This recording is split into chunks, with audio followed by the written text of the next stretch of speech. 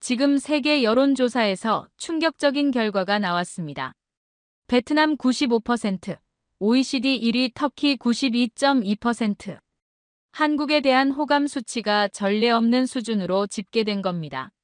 하지만 한국을 차갑게 기억하던 한 기자는 이 결과를 믿지 못한 채 직접 11개국을 취재하기 시작했는데요. 동남아의 열기, 일본의 냉랭함, 유럽의 신뢰, 멕시코 빈민가의 위로까지 현장은 예상을 뒤집는 목소리로 가득했습니다.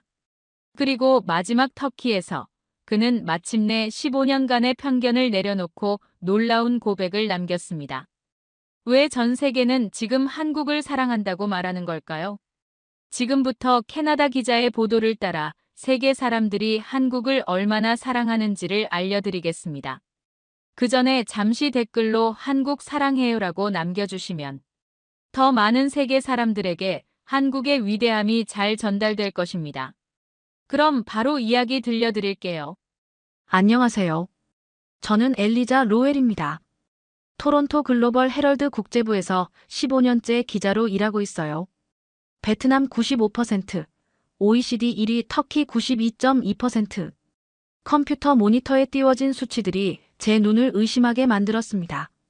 한국에 대한 세계 각국의 호감도 조사 결과였어요. 사무실 창밖으로 스며드는 토론토의 차가운 바람 소리가 귓가를 스쳤죠. 하지만 제 마음은 그 바람보다 더 차갑게 얼어붙어 있었습니다. 편집장 마크가 제 책상 앞에 서서 두꺼운 파일을 내려놨어요. 엘리자, 이번 특집 기획 맡아줄 수 있겠나? 파일 표지에는 세계 한국 호감도 조사, 현장 취재라는 제목이 적혀 있었습니다. 제 손이 무의식적으로 떨렸어요. 한국 관련 기사는 15년 동안 단 한 번도 맡아본 적이 없었거든요. 의도적으로 피해왔다고 하는 게 맞겠죠. 다른 기자는 안 될까요? 제가 조심스럽게 물었습니다. 마크는 고개를 저었어요. 15년 경력의 국제부 에이스가 필요한 일이야. 11개국을 돌면서 현지 목소리를 직접 들어야 하거든. 그의 눈빛에는 확신이 담겨 있었습니다. 거절할 여지를 주지 않는 그런 시선이었죠. 파일을 넘기자 첫 페이지에 베트남 호감도가 눈에 들어왔어요. 95%. 제가 다시 한번 숫자를 확인했습니다. 95%라니. 데이터 입력에 착오가 있었던 건 아닌가요? 마크가 씁쓸하게 웃었어요. 나도 처음엔 그렇게 생각했지. 하지만 3번 검증했어. 진짜야. 책상 서랍 깊숙이 있는 낡은 수첩이 떠올랐습니다. 15년 전부터 저를 따라다니는 무거운 짐이었어요. 그 무렵 일어난 일 때문에 한국이라는 나라 자체에 마음을 닫아버렸거든요. 객관적인 기자가 되려고 노력해왔지만 유독 한국만큼은 냉정함을 잃곤 했습니다. 언제까지 원고를 받을 수 있을까요? 제가 마지못해 물었어요. 1달 반 후면 돼. 11개국이니까 빡빡하긴 하겠지만. 마크가 파일을 두드리며 말했습니다. 제 머릿속에서는 벌써 여행 일정이 그려지고 있었어요. 베트남부터 시작해서 일본, 유럽 각국, 그리고 마지막 터키까지. 그날 밤 집에 돌아와 서랍에서 그 수첩을 꺼내 들었어요. 15년 동안 제 편견의 근원이 되어왔던 기록들이 담겨 있었습니다. 이번엔 정말 객관적으로 써보자. 제가 혼자 다짐했어요. 하지만 마음 한구석에서는 의문이 들었습니다. 과연 이 높은 호감도 수치들이 진짜일까요? 하노이 공항에 내린 순간부터 후텁지근한 열기가 온몸을 감쌌어요. 오후 2시, 기온 35도. 땀이 등줄기를 타고 흘러내렸습니다. 택시기사가 제 짐을 보더니 웃으며 물었어요. 한국 사람이세요? 저는 고개를 저으며 캐나다에서 온 기자입니다 라고 답했습니다. 그런데 기사의 반응이 예상과 달랐어요. 아, 한국 취재하러 온 거군요. 여기서는 누구를 붙잡아도 한국 얘기를 하거든요. 기사가 백미러로 제 얼굴을 보며 말했습니다. 95%라는 수치가 단순한 착오가 아닐지도 모른다는 생각이 스쳤어요. 택시가 하노이 시내로 들어서자 거리 곳곳에서 한글 간판들이 눈에 띄기 시작했습니다. 호텔에 짐을 풀고 바로 거리로 나섰어요. 첫 번째 인터뷰 대상을 찾기 위해서였습니다. 구시가지 카페에서 노트북을 펼치고 있던 20대 청년 민에게 다가갔어요. 한국에 대해 어떻게 생각하세요? 라고 물었더니 그의 눈이 반짝였습니다. 한국은 희망의 나라예요. 미니 노트북 화면을 돌려 보여주었습니다. 한국 드라마를 보고 있었더군요. 제 아버지 세대에겐 전쟁과 가난의 상징이었는데 우리에겐 꿈을 이룬 나라거든요. 60년 만에 최빈국에서 선진국이 된 유일한 나라잖아요. 거리를 걸으며 무작위로 사람들에게 질문을 던져봤어요. 과일 장수 아주머니는 한국 화장품이 최고라고 했고 대학생 리는 BTS 덕분에 꿈을 갖게 됐다고 말했습니다. 오토바이 택시기사 투아는 삼성 휴대폰 없으면 일을 못해라며 웃었어요. 가장 인상 깊었던 건 호치민 거리의 작은 식당에서 만난 30대 여성하였습니다. 한국 드라마 보면서 베트남어 자막 없이도 이해할 수 있게 됐어요. 이제 한국어 배워서 한국 회사에 취직하는 게 꿈이에요. 그녀의 눈빛에는 진심이 담겨 있었습니다. 하루 종일 인터뷰를 마치고 호텔로 돌아왔어요. 노트에 적힌 내용들을 정리하면서 놀랐습니다. 정말 누구를 붙잡아도 한국 이야기를 하더군요. 그것도 모두 긍정적인 내용들이었어요. 단순한 한류 열풍이 아니라 진짜 존경과 동경이 느껴졌습니다. 이건 단순한 유행이 아닌 것 같습니다. 제가 녹음기에 대고 중얼거렸어요. 15년 전 제 마음속에 새겨진 한국에 대한 인식과는 너무 달랐거든요. 베트남 사람들에게 한국은 절망을 희망으로 바꾼 기적의 나라였습니다. 95%라는 수치가 이제 이해가 되기 시작했어요. 도쿄 나리타 공항에서 내린 순간 베트남과는 정반대의 분위기가 느껴졌어요. 깔끔하고 질서정연한 공항 로비, 조용히 속삭이는 사람들의 목소리. 하지만 제 가슴은 무겁게 내려앉았습니다. 일본의 한국 호감도는 35%였거든요. 베트남과 60%포인트나 차이가 나는 충격적인 수치였어요. 시부야 역 근처 카페에서 첫 인터뷰를 시작했습니다. 50대 회사원 다나카가 제 질문에 입을 다물었어요. 한국이요? 글쎄요.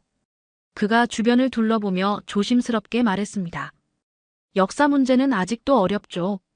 독도나 위안부 문제 같은 것들 말이에요. 그의 목소리에는 깊은 피로감이 묻어났어요. 하라주쿠 거리에서 만난 60대 주부 요시다도 비슷했습니다. 개인적으론 한국 드라마도 보고 김치도 좋아하지만 정치적인 건 복잡해요. 우리 부모님 세대는 더 힘들어 하시고요. 그녀가 한숨을 쉬며 고개를 저었어요. 역사의 무게가 여전히 두 나라 사이를 가로막고 있다는 걸 실감했습니다. 그런데 젊은 세대는 달랐어요. 오모테산도에서 만난 20대 대학생 유키가 눈을 반짝이며 말했습니다. BTS 정말 좋아해요. 한국어도 배우고 있고요. 과거는 과거고 우리는 미래를 만들어야죠. 옆에 있던 친구 아야도 고개를 끄덕였어요. 한국 화장품도 최고고 K-팝도 일본 아이돌보다 더 세련됐어요. 신주쿠의 한 서점에서 놀라운 광경을 목격했습니다. 한국어 학습서 코너에 일본 젊은이들이 줄을 서 있었어요. 서점 직원이 귀띔해줬습니다. 요즘 한국어 책이 불티나게 팔려요. 특히 10대, 20대들이 많이 사가더라고요. 도쿄대 근처에서 만난 정치학과 교수 이와타는 복잡한 표정을 지었어요. 공식적으로는 여전히 갈등이 있죠. 하지만 민간 차원에서는 교류가 활발합니다. 특히 젊은 세대는 역사보다 현재와 미래에 관심이 많아요. 그가 창밖을 바라보며 덧붙였습니다. 변화는 이미 시작됐어요. 가장 인상적인 건 렌가이라는 19세 여학생과의 대화였어요. 할아버지는 한국 싫어하시지만 전 다르게 생각해요. 제가 좋아하는 가수들이 한국 사람이고 제가 쓰는 화장품도 한국 거예요. 과거에 얽매여 있을 필요 없잖아요. 그녀의 당당한 목소리가 제 귀에 오래 남았습니다. 호텔로 돌아와 하루를 정리하면서 복잡한 심정이 들었어요. 역사 문제만큼은 여전히 벽이군요. 하지만 젊은 층 인터뷰는 전혀 다른 이야기를 보여주고 있습니다. 제가 녹음기에 대고 혼잣말을 했어요. 35%라는 수치 뒤에는 세대 간의 깊은 간극이 숨어 있었습니다. 마드리드 바라하스 공항에 도착한 건 이른 아침이었어요. 유럽 4개국 일정이 시작되는 순간이었습니다. 스페인 75%, 이탈리아 73%, 스웨덴 81%, 독일 78%. 일본과는 확연히 다른 수치들이었어요. 과연 어떤 이야기가 기다리고 있을까 하는 기대감이 올라왔습니다. 마드리드 시내 카페에서 만난 간호사 카르멘이 제 첫 번째 인터뷰 상대였어요. 코로나 때 한국의 방역 시스템을 정말 부러워했어요. K방역이라고 불렀잖아요. 그녀가 진지한 표정으로 말했습니다. 우리는 그때 정말 혼란스러웠는데 한국은 체계적으로 대응하더라고요. 존경스러웠어요.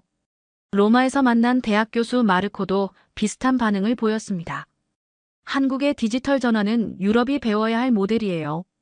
5G, 반도체, 전자정부 시스템까지. 기술 강국으로서의 한국을 인정하지 않을 수 없죠. 그가 스마트폰을 흔들며 웃었어요. 이것도 삼성이고요. 스톡홀름에서는 예상치 못한 이야기를 들었습니다. 정치학자 에릭이 심각한 표정으로 말했어요. 한국의 분단 상황이 우리에게 많은 생각을 하게 해요. 과거 동서독 분단을 겪었던 독일처럼 한국도 평화 통일을 위해 노력하고 있잖아요. 그런 모습이 존경스러워요. 베를린에서는 더욱 구체적인 증언을 들을 수 있었어요. 전직 외교관 하인츠가 카페 테라스에서 찬바람을 맞으며 말했습니다. 독일 통일 과정에서 한국이 많은 관심을 보여줬어요. 경험을 공유하고 배우려는 자세가 인상적이었죠. 진정한 파트너라고 생각해요. 로마의 패션 디자이너 지울리아는 다른 관점을 제시했어요. 한국 문화가 정말 매력적이에요. K-팝, K-드라마는 물론이고 한국 패션도 독창적이죠. 전통과 현대가 조화를 이루는 게 부러워요. 그녀가 한국 브랜드 가방을 들어보이며 자랑스럽게 말했습니다. 스톡홀름 대학에서 만난 한국학과 학생들도 놀라웠어요. 금발의 20대 여학생 잉그리드가 유창한 한국어로 말했습니다. 한국어 수업이 매번 대기자 명단이 길어요. 한국 문화에 관심 있는 학생들이 정말 많거든요. 4개국을 돌며 공통된 키워드가 계속 반복됐어요. 방역, 기술, 문화. 그리고 분단국가로서의 평화 노력까지. 방역, 기술, 문화. 3가지 키워드가 반복적으로 등장합니다. 이건 우연이 아니군요. 제가 베를린 호텔에서 노트를 정리하며 중얼거렸어요. 유럽 사람들에게 한국은 더 이상 먼 나라가 아니었습니다. 함께 배우고 성장할 수 있는 동반자였어요. 신뢰와 존중이라는 단어가 자꾸 떠올랐습니다. 런던 히드로 공항에 내린 순간 익숙한 영어가 귓가에 맴돌았어요. 영국의 한국 호감도는 72%. 유럽 평균과 비슷한 수치였습니다. 하지만 이곳에서는 특별한 만남이 기다리고 있었어요. 런던 지국에서 10년째 근무하는 동료 기자 제임스와의 약속이 있었거든요. 템스강 근처 펍에서 제임스를 만났습니다. 엘리자, 한국 취재라고. 흥미로운 주제네. 그가 맥주 한 잔을 밀어주며 말했어요. 사실 내가 한국에 대해 알게 된 건 최근 몇 년 사이야. 그전까지는 북한 뉴스 정도만 접했거든. 지금은 어때요? 제가 물었습니다. 제임스가 휴대폰을 꺼내 보여줬어요. 우리 딸이 K-팝에 빠져서 집안이 난리야.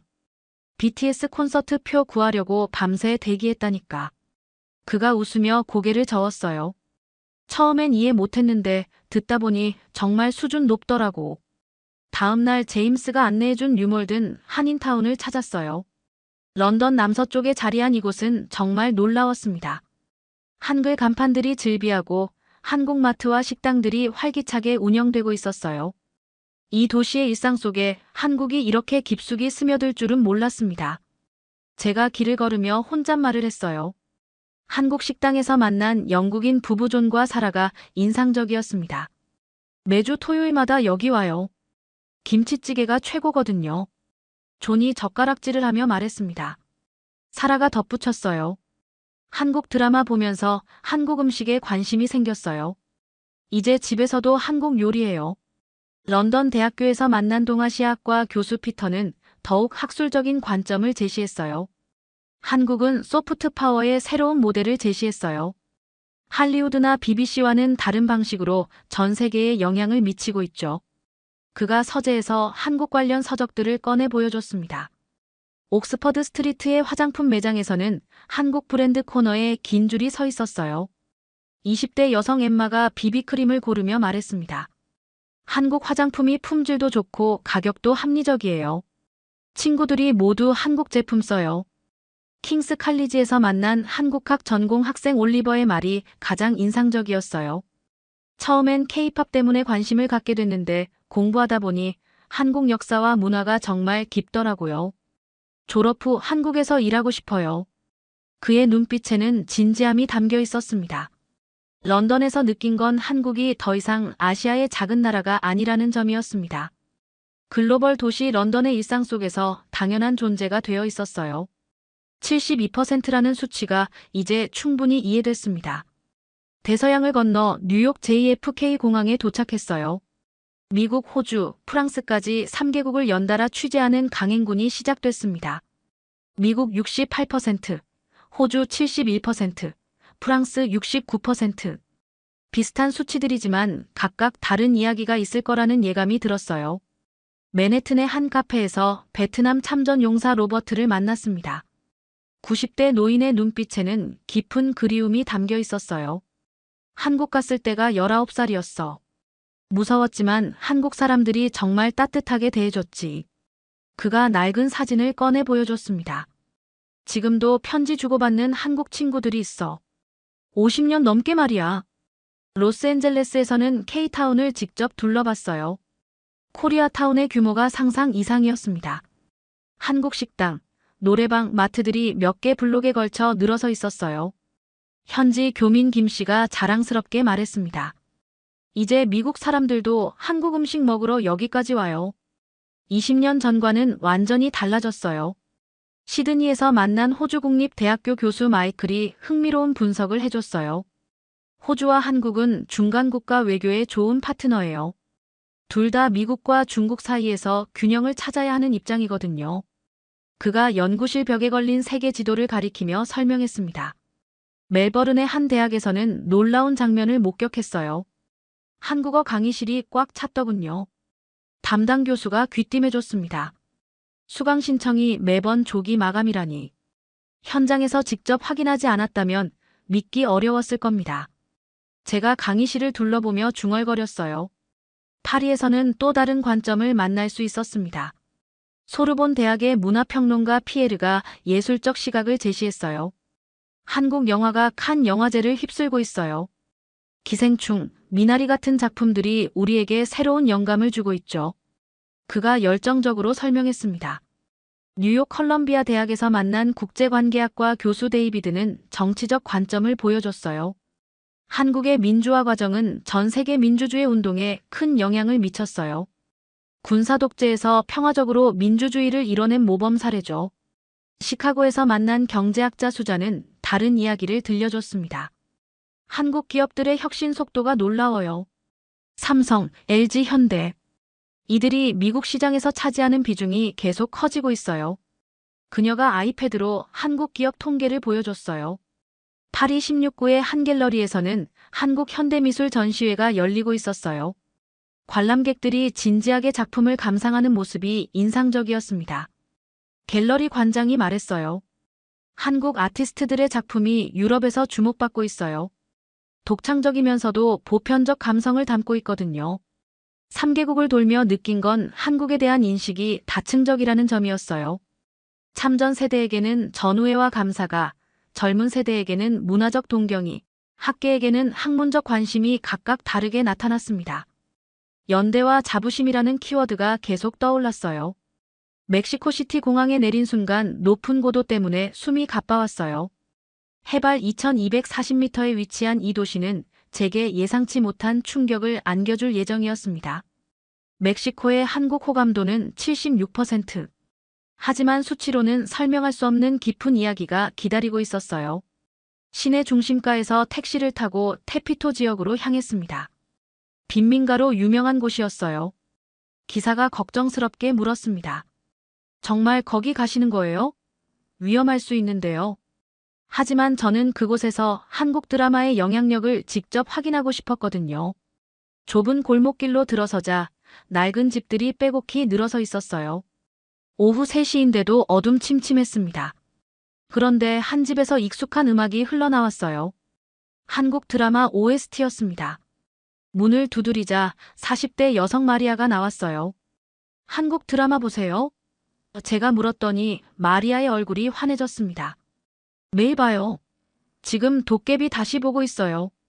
그녀가 저를 집 안으로 안내했어요. 작은 거실에는 낡은 TV가 있었고 화면에는 정말 한국 드라마가 나오고 있었습니다. 왜 한국 드라마를 좋아하세요? 제가 궁금해서 물었어요. 마리아가 잠시 생각하더니 진지하게 대답했습니다. 여기서는 매일 총소리가 들려요. 마약상들 때문에 밖에 나가기도 무서워요. 그런데 한국 드라마를 보면 다른 세상에 있는 기분이에요. 옆집에서 나온 50대 여성 루시아도 합류했습니다. 저희는 한국 드라마 보는 모임까지 만들었어요. 매주 토요일마다 모여서 함께 봐요. 그녀가 자랑스럽게 말했어요. 울고 웃으면서 보다 보면 힘든 일상을 잠시 잊을 수 있거든요. 가장 충격적이었던 건 마리아의 15살 딸 소피아와의 대화였습니다. 엄마 덕분에 한국어도 조금 배웠어요. 나중에 한국 가는 게 꿈이에요. 소피아의 눈빛에는 간절함이 담겨 있었어요. 총성과 폭력이 일상인 이곳에서 한국은 희망의 상징이었습니다. 저녁 무렵 또 다른 골목에서 놀라운 광경을 목격했어요. 한 집 앞에 10여 명의 여성들이 모여 있었습니다. 오늘 눈물의 여왕 마지막 회예요. 한 아주머니가 흥분해서 말했어요. 모두들 한국 드라마 결말을 함께 보기 위해 모인 거였습니다. 그 순간 멀리서 총성이 들렸어요. 모든 사람들이 몸을 움츠렸습니다. 하지만 곧 다시 TV 화면에 집중했어요. 한 할머니가 제게 말했습니다. 총소리는 무서워도 한국 드라마만큼은 놓칠 수 없어요. 우리에게는 유일한 즐거움이거든요. 호텔로 돌아가는 길에 마음이 무거웠습니다. 총성이 울리는 골목에서조차 사람들은 한국 드라마 이야기로 눈빛을 바꾸고 있었습니다. 제가 녹음기에 대고 중얼거렸어요. 한국 드라마가 단순한 오락이 아니라 절망적인 현실에서 벗어날 수 있는 유일한 피난처였던 거예요. 멕시코에서 본 한국은 지금까지와 완전히 달랐습니다. 경제적 성공이나 기술력이 아니라 순수한 감정적 위로였어요. 가장 어려운 환경에서도 희망을 잃지 않게 해주는 따뜻함이었습니다. 76%라는 수치 뒤에는 이런 간절함이 숨어 있었네요. 이스탄불 아타튀르크 공항에 도착한 건 새벽 5시였어요. 터키의 한국 호감도 92.2%, OECD 국가 중 1위라는 놀라운 수치였습니다. 11개국 여정의 마지막 목적지에서 과연 어떤 이야기를 들을 수 있을까 하는 기대감과 함께 왠지 모를 긴장감도 밀려왔어요. 보스포루스 해협이 내려다 보이는 카페에서 첫 인터뷰를 시작했습니다. 상대는 91세 참전용사 무스타파 할아버지였어요. 그의 손은 세월의 무게로 떨리고 있었지만 눈빛만은 또렷했습니다. 1951년에 한국 갔었지. 18살 때였어. 그가 천천히 입을 열었어요. 그때 한국은 정말 춥고 가난한 나라였어. 하지만 사람들이 따뜻했지. 무스타파가 낡은 사진을 꺼내 보여줬습니다. 흑백 사진 속에는 젊은 터키 군인들과 한국 아이들이 함께 있었어요. 우리를 형님이라고 불렀어.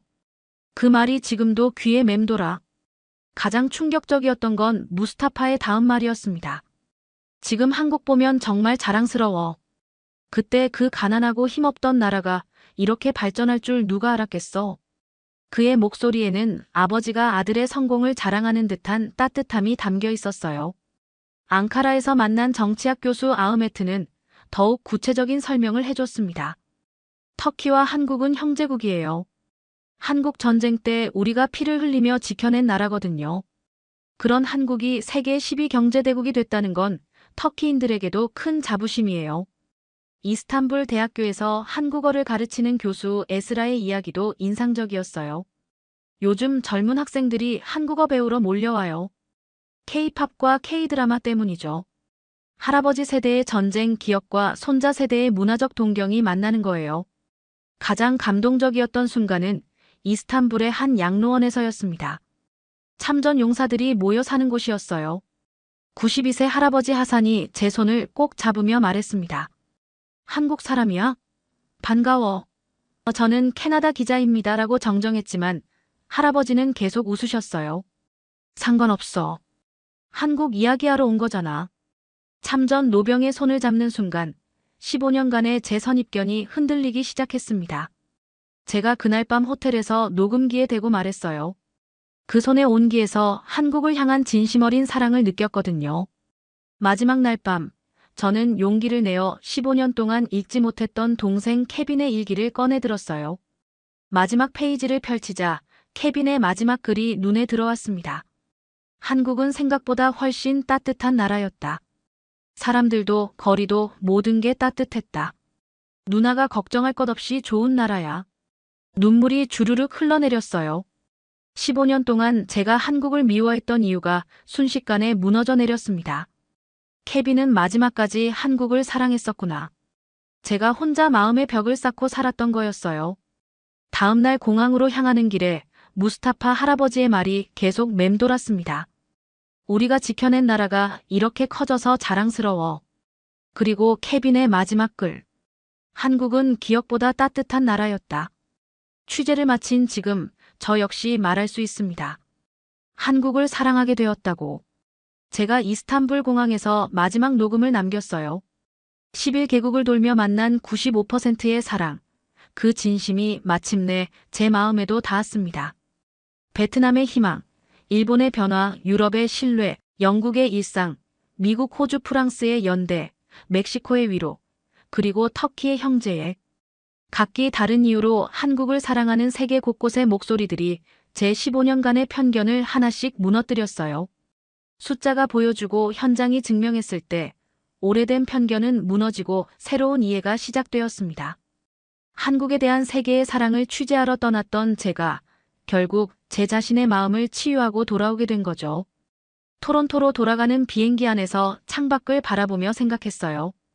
케빈이 마지막까지 사랑했던 그 따뜻한 나라를 이제 저도 진심으로 사랑할 수 있게 되었다고. 여러분은 어떻게 생각하시나요? 전 세계가 한국을 사랑하는 이유가 무엇일까요? 댓글로 여러분의 생각을 들려주세요. 그리고 이 영상이 감동이 되셨다면 좋아요 버튼도 눌러주시고 구독과 알림 설정으로 더 많은 이야기를 함께해요. 다음에는 어떤 나라의 이야기를 들려드릴까요? 여러분의 의견을 기다리고 있겠습니다. 오늘도 행복한 하루 되세요. 지금 세계 군사 무대가 발칵 뒤집혔습니다. 50조 원을 준다 해도 팔 수 없다는 한국의 비밀 무기가 드러났기 때문입니다. 눈에 보이지도 않고 소리조차 들리지 않는 존재 자체가 미스터리인 무기.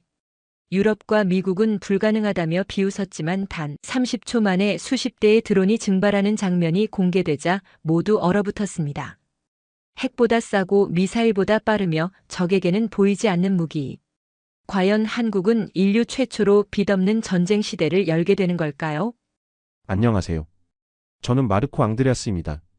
15년간 유럽 각지의 전장을 누비며 무기와 전쟁을 취재해온 군사 전문 기자죠. 파리 빌프eng트 전시장에 도착한 순간 거대한 현수막 100여 개가 시야를 압도했습니다. 로키드 마틴의 F-35 전투기 모형이 천장에서 빛나고 있었고 라인메탈의 레오파르트 전차가 관람객들의 시선을 사로잡고 있었어요. 2025년 유로사토리 국제방산 전시회, 세계 최대 규모의 무기 박람회였습니다. 발걸음을 옮길 때마다 쿵쿵 울리는 부추 소리와 함께 각국 군 관계자들의 웅성거림이 귓가에 맴돌았어요. 미국 부스에선 차세대 미사일 시연 영상이 쉴 새 없이 재생되고 있었고 독일 구역에선 크라우스 마파이의 신형 자주포가 위용을 뽐내고 있었습니다. 1800여 개 업체가 참가한 이 거대한 전시장에서 저는 늘 그랬듯 냉정한 눈으로 현실을 관찰하고 있었어요. 그런데 홀 끝자락 구석진 곳에 초라한 부스 하나가 눈에 띄었습니다. 한국이라는 간판이 걸려 있었죠.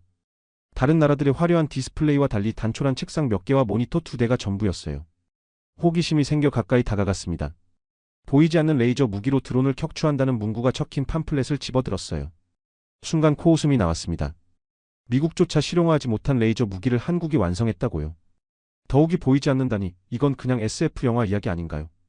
부스 담당자에게 물었습니다. 정말 작동하는 무기인가요? 네, 이미 실전 배치 단계에 있습니다. 그런데 왜 아무도 관심을 보이지 않죠? 담당자는 씁쓸하게 웃었어요. 아직 믿지 않으시는 분들이 많아서요. 저 역시 마찬가지였습니다. 한국이 독일이나 미국보다 앞선 무기를 만들었다는 건 상식적으로 납득하기 어려웠어요.